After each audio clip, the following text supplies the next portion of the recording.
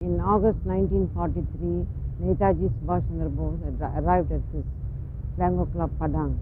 So I was preparing myself to come here by 6 o'clock, but then I had to leave the house at 2 o'clock in the afternoon. So I took my bicycle and paddled along in Jalan Tunku Abdul Rahman, which was formerly Batu Road, and from there I came right here along this road here, left my bicycle on the drain there. There was a drain there. I just pushed my bicycle into the drain. By then there was crowds of people, thousands and thousands of people in this field, in this Maidan. And there I'm waiting for them for Netaji Subhash Chandra Bose to arrive.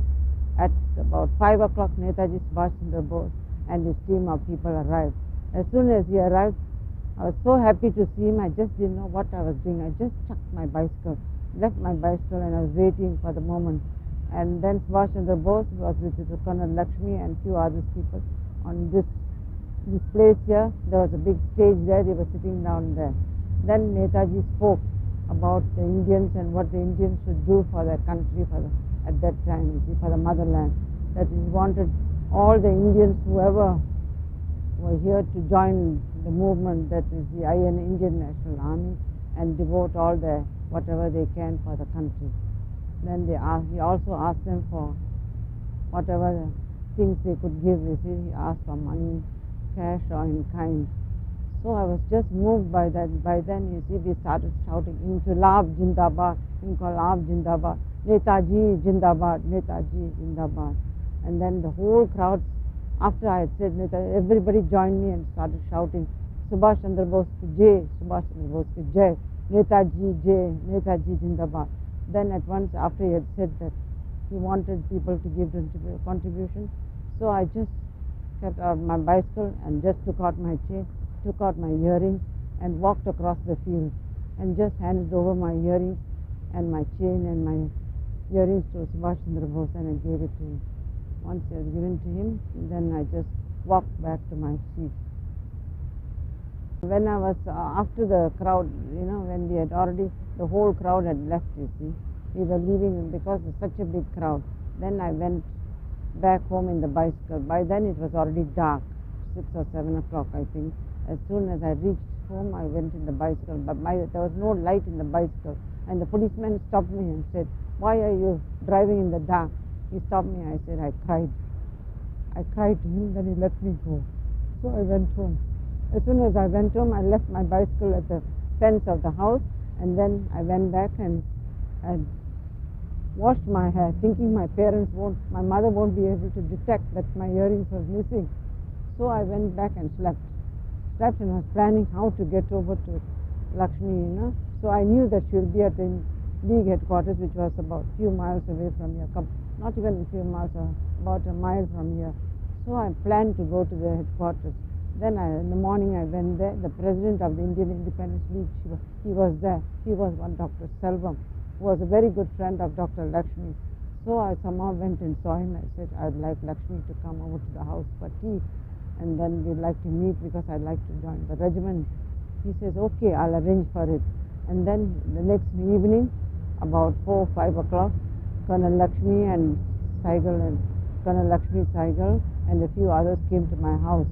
And then I had prepared a big tea for them. Then I had already taken my form, you see. There's an age limit, you see, for young girls. So I planned myself, this was the time, if I don't give my father to sign this form, he may change my mind, and his mind, and would not allow me to join the regiment. So at once with Dr. Lakshmi there, who was very cooperative with me, and told my father, it's nice for your daughters to join. Your daughter is wonderful. She can join the regiment, and he must be very happy that she is joining the regiment for the cause of the country. Then my father said, okay, she can join. So what I did, at once I got the form, filled it, and gave it to my father. My father said, keep it, I'll sign it. He said, no, father, please sign it now. He said, we'll keep it later, but I still insisted on him signing. Then I managed to get him to sign permission for me to join the regiment. What we did was a few of the girls. We were about 30 to 40 girls from Kuala Lumpur. So from the Indian Independence League headquarters, we walked up to the railway station From there we got into the train and went to Singapore. By then Colonel Lakshmi had already returned to Singapore. It was because of her my father allowed me to join. He said that, she was joined and she was marvelous in coaxing my father to make me join, you see. My father was already at that time, very inclined, but he thought I was too young and he was worried what might happen to me. But Colonel Lakshmi had given the assurance that nothing will happen to them, they'll come back alive. I'll take care of them. Because of that assurance, my father allowed me to join. So after that, we went to Singapore. The third 40 of us, we went, and every station right down from Kuala Lumpur right up to Singapore, people came to greet us. And all over the places, at Seramban, about 20 girls came into the train, and to like Johor Bahru, all the girls who were joining, they all came inside the train, and we went to Singapore. And in Singapore, to my surprise, I found that we were to be taken in lorries. So the lorries, about 5 lorries had come there. Colonel Lakshmi came to meet us at the railway station, and we went into the lorries and went into the camp. That's how I joined there. Then we had training in the camp. But my first day of camp, I was very upset because when we went there, you see, so many girls there, and then we were all queuing up, and we were given mess tins and a blanket and a mat, and we were told this is our place to sleep, because having lived in comfort in the home, to go back to it was very difficult. But still, we thought, once I said, after all, I thought to myself, we are serving the country. I've decided, I've heard so much on radio about what our women in India have done for our country. So I've already decided I've never to go back. So I decided to stay. And then Colonel Lakshmi came in the evening in the camp and asked me, why are you upset? I said, no, I'm not upset, only missing my parents. So he said, don't worry, I'll look after you. So we had our training. We started training. The training was very good. We started first thing in the morning. We used to get up at 5 o'clock, and I never used to cold bath. So we had to rush and go under the shower, and such a big queue, for so many girls, you see. We had to queue up there, and then we started bathing, and then after the training started.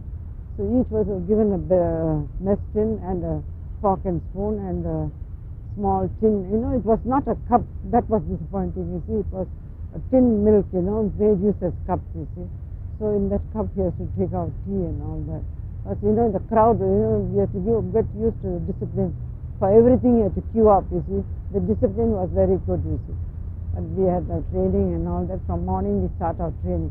And the training after our training we used to go to, we have our haversacks. It was about 30 pounds of things inside the haversacks, and we used to go for route marches. But that was quite interesting. We used to march on the roads, you see, about 20 miles a day and come back, you see, from Singapore, from the camp up to the outside. That's the training we had, you see. Then we came back when we came back to the camp, we just have a little light refreshments, and then again training, you see. Very stiff training we had, but it was very tiring though. But some of them we felt, I don't know, that's the time I felt, I don't know whether I'll be able to stand the strain. But I thought, no, having come, I'll not go back till I've gone to India. I've come to fight and I must serve the country, and decided to stay. Even though I had been running high temperature and all that, I decided to stay there. So we had our training. So in the afternoons we used to go to Bidadari camp for Bidadari hospital to take up nursing. About 2, 3 o'clock, after a little rest, the lorries used to come and we used to go to the Bidadari hospital for training. At the training, the first time when I went into the hospital, I was posted, at the theatre, that's Operation Theatre. And that, you see, I was not used to that, Operation Theatre to see blood and all that. But still, I went to the training. All of us, 30 of us at a time, had the training. And after the training, we used to come back to the camp. Then whole day training up in the evening. After 5:30, we had rest. When we had rest in the evening, all the girls get together, and after our dinner and all that, there's a huge hall there. We all assembled in the hall, and they used to sing songs, national songs. That kept us lively. Very, very enjoyable was at night. Morning again, rush for the training. So went on training, physical training first thing in the morning, and then again training. Then get into the lorries, and it was heavy though, you see. and we used to carry our haversacks and the rifle in hand and used to go for training, to go for target shooting. But Colonel Lakshmi was there to encourage us. You see, young as we were, there was nobody there for us except Colonel Lakshmi. So we enjoyed the training. After the training, we were selected, you see, 500 was selected. The officers, we were, at that time already, we had to go step by step, you see. Then we had trained, we were given our pits first as Havaldar, then Havaldar, then we had our lieutenant's officers training. We did our officers training.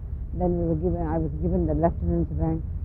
First I was given the second lieutenant's rank. Then after that I was put in charge of the 500 girls, and we were going. Before we went to left Singapore, we were told we were given 1 week's leave to come back home and see our parents. So we went back home. We went back, had some time with our parents for 1 week, and then we came back to Singapore. Then we were all got ready to go to Burma, you see. But there were lots of girls wanting to go. Only 500 were selected. Out of the best of the whole lot of 1,000, 500 were selected. Then we had our things all given to us, and we left Singapore, and we came by train all the way right up to Penang. From Penang to Hajai, then we put in goods train, 50 to a train, goods wagon. You know what's a goods wagon like, where all the luggage. There we were we were crouching one on the top of the other, but still it was fun. All the way we were singing, but only when the enemy planes were coming, every 10, 15 minutes, about 15 minutes or so on the railway, Siam railway. We had not reached the border yet. Then the enemy planes were twirling in the air, you see. When we were twirling in the air, the Japanese officers who were accompanying us used to blow the whistle. We used to jump from the train and run to the paddy field. As we lie on the paddy fields, watching up there, you can see the planes coming to machine gunners. But every 5 minutes, they were taking a different turn. So as soon as they take a different turn, we used to run for another direction, so they come back on the same direction. And as we were lying there, we had all these leeches stuck to our necks, our shirt, and all our legs. And the leeches were real dirty things, full of blood and all that. We had to take them out, throw them out, and then we come back. And you know what it is on the paddy field, just mud. So it was all through the journey we had to experience this, you see. So what we did after arrival in Burma, we were met by the second lieutenant, sub-officer Chandran, you see. So when we were met there, we went into camp. There were the other girls who were already recruited, and they were underwent training, were in the camp there itself. So the first stop was at Kamayut camp, you see. We stayed in Kamayut camp. And then, you see, there was a big disaster in the camp one night. As we went, there was water inside the camp itself. As we went there in the water, there was a big room there, underground room, where we found lots of, bombs, like hand grenades and rifles and all were kept underneath the ground there.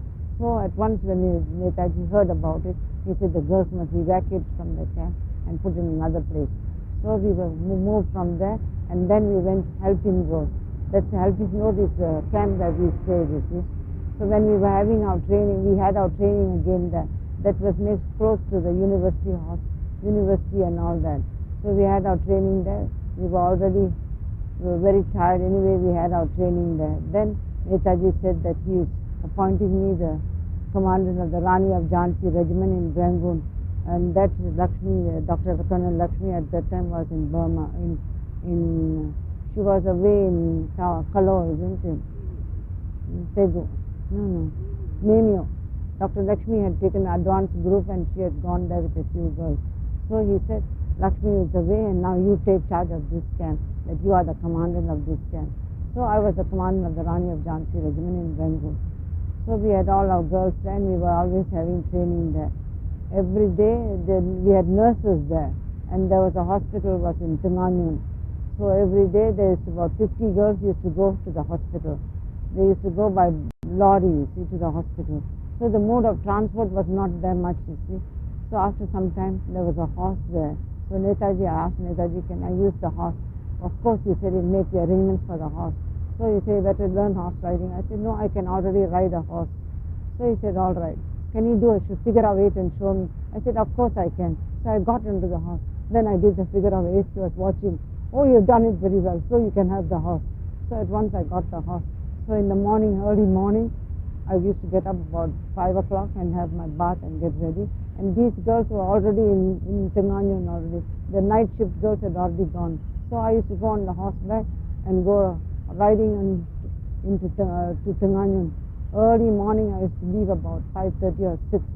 Quite dark it was, but it was a pleasant ride, you see. It was nice going on horseback. So I always felt that, Rani of Jhansi rode a horse, so I'm also like Rani of Jhansi, I'll ride a horse.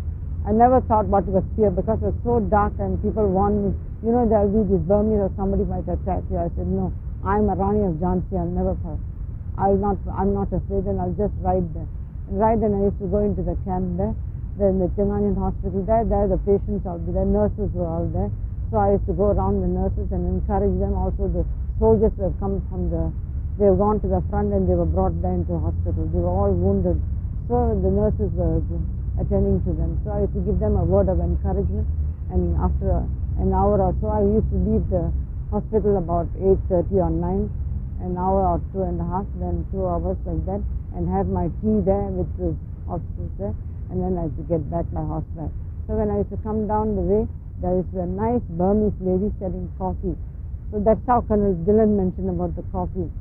So I used to buy this coffee. She used to give me free coffee. As I used to come back at the Kamayut camp there, she used to say, she will speak to me in Hindustani and say, Tero, and bring me a cup of coffee. It was beautiful coffee, so I used to have the coffee and come back to the camp. So when I came back to the camp there, by then the nurses who were in the hospital, the night shift nurses had already come home already. So then we sent the next shift of nurses to the hospital. Then in the morning we always started our day's training again. So Netaji wanted us to have advanced training, very advanced training, that is to go into the hills and all that, to know mountain climbing and down the mountain, how to get it. So two officers were put in charge of that. That is Colonel Raturi and Major Mahbub was there. These two officers gave us the training. It was very stiff training. But anyway, it was very hard training and used to make us run up and down the hill with all our haversacks and rifles. It was very tough going, but still it really tightened us up. So when we came back and had our training, and after some time, after a few months, then Netaji said things in the front was not very good. So I'm afraid you girls have to go back home. We said we don't want to go. And Netaji said, no, you all have to go. No, we are prepared to stay here. No, you cannot, you all must go. I must return you all safely to your parents. So by then he asked for transport. Then no transport was given, you see. So one batch of girls, 150 girls, under the command of Janaki Thevar, she went by train to Bangkok, you see. Then another group of girls, 50 girls also went. So like this we send them by batches. But I stayed the last, and then we were waiting for transport. The things were getting bad. So at once Netaji said, no, you all have to go. Then we asked for transport. We couldn't get transport. So one evening, I couldn't tell you what day it was, but then we went to the railway station. There we walked. It's not very far from the camp. We carried our luggage and all that. We have pitus and went to the railway station. So when we went, we were already put all our things in the railway station. There came the planes and bombarded the train, you see. The train was so badly bombed, we couldn't leave by train. So we had to come back. We came back, and then it's already getting bad, and Netaji had information that things are very bad. Parachutes are landing, and he still asked the Japanese for lorries. There were no forthcoming transport. So he said, now you have to leave. Are you all prepared to walk? I said, yes, we are prepared to walk. So we carried out luggage, pitus and all that. We started walking with Subhash Chandra Bose. Netaji walked all the way through us, and then we came to a very big river there. I forgot what, Sitang River, I think. It's Sitang River. We came there, the bridges were blown. How are we to go through? Anyway, it was so muddy and dirty and all that. So one side was the army people, one side we were there. So we managed to waded through the water, knee deep in water and mud. And the officers were on the other side. In some places, the girls were put not around them, pulled through the water, you see. And then our pitus, were all wet. We couldn't do anything because we had to carry them with us. It's our belonging. We had to have them. So we carried and waded through the river, and then we went across. Then we went there and then we managed, we were all soaking wet. All our pictures were wet already, we couldn't save anything. So we started hanging the clothes up. Then somehow the planes had come again. They had seen the clothes and all that, they wanted to bomb us. Then later I said, no, you girls mustn't hang the clothes all out, take the clothes and keep it. But we had no clothes at all with the wet clothes we put on and we went to sleep. And we couldn't light a fire because the moment we lit a fire, the smoke was on and this planes came and raiders started bombing and all that, machine gunning. Machine gunning used to be terrible. You can see the flights coming right down. As we lie flat, you can see the planes, the British officers. They used to look, we just started looking. We were so scared that might hit the head. So we were trying to look up. We can see the bullets going, one in the, like she, and we can feel the warmth of the bullets, you see, passing us all through our face and all that, and the sand was also horrible coming through us. Then we managed to get through out, you see. Then one night we were there, we stayed there. The next day we were all through walking with Netaji. Then we climbed the hill there. We started hiding in the hill, and even the mountain was being bombarded by the Britishers. I cannot forget the day. Who's that, huh?